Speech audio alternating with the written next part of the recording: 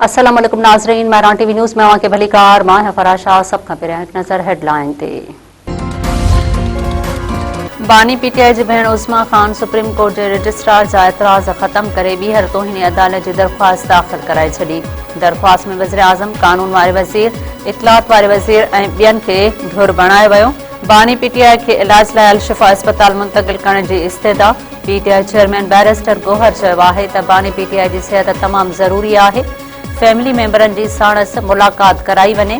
असां पंहिंजो वाइदो पूरो करे चुका आहियूं। वज़ीर आज़म जे सलाहकार राणा सनावला चयो आहे त बानी पीटीआई बाबति अदालती हुक्म ते अमल कयो वियो आहे। बानी पीटीआई खे इलाज बाद जेल मुंतक़िल कयो वियो। बानी पीटीआई जे इलाज बाबति हुक्म ते केतिरो अमल थियो आहे, उन जो फ़ैसिलो 16 सेप्टेम्बर ते सुप्रीम कोर्ट पाण कंदी। इस्लामाबाद में मीडिया सां ॻाल्हाईंदे राणा सनावला चयो आहे त हुकूमत समेत समूरा इदारा आइन जे मातहत आहिनि।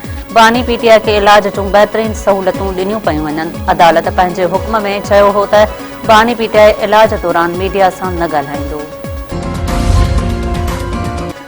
फील्ड मार्शल सैयद आसिम मुनीर ऐं ईरानी सदर विच में मुलाक़ात। ईरान अमेरिका तकरार ऐं विच ओभर में छिकताण घटाइण ते अॻ भराई। वफ़ाक़ी घरू वज़ीर मोहसिन नक़वी चयो आहे त उन अॻ भराई सां टिगी अमन जी राह हमवार थियण जी उमेद आहे। इस्लामाबाद मुफ़ाहमती यादाश्त जी बहाली लाइ क़दमनि ते ख़यालनि जी ॾे वठि कई वई। ईरानी सदर पंहिंजे हुकूमत जे मौक़िफ़ ऐं ख़दशनि खां आगाह कयो। ISPR मूजिबि फील्ड मार्शल जी ईरानी सुप्रीम काउंसिल जे मेंबर मोहसिन रज़ाई सां बि मुलाक़ात। ईरानी स्पीकर मोहम्मद बाक़र गालिबाफ, ईरानी परडेही वज़ीर अब्बास इराक़ची ऐं ईरानी घरू वज़ीर सिकंदर मोमनी सां बि मुलाक़ातूं थियूं। ईरानी क़यादत तकरार जे पुरअमन हल में सहूलतकारी ते पाकिस्तान जे किरदार खे साराहियो।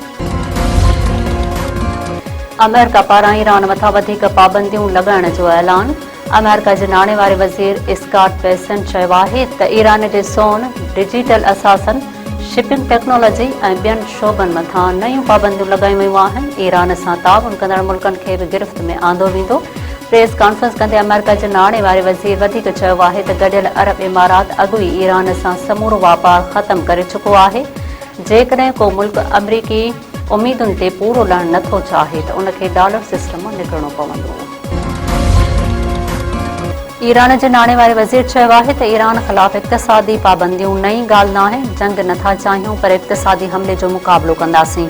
अमरीकी पाबंदियुनि ते रद्दअमल ॾींदे ईरान जे नाणे वारे वज़ीर चयो आहे त अहिड़नि पाबंदियुनि खे मुंहुं ॾियण लाइ अॻु ई मनसूबाबंदी करे छॾी हुई। जंग में ईरानी अवाम ऐं हुकूमत गॾु बीठल आहे। इक़्तिसादी जंग में बि इहो इत्तेहाद ऐं ताउन जारी रहंदो। चीन ईरान ख़िलाफ़ अमेरिका जी नई पाबंदियुनि जे असरनि खे मुंहुं ॾियण लाइ क़दम खणण जो ऐलान करे छॾियो।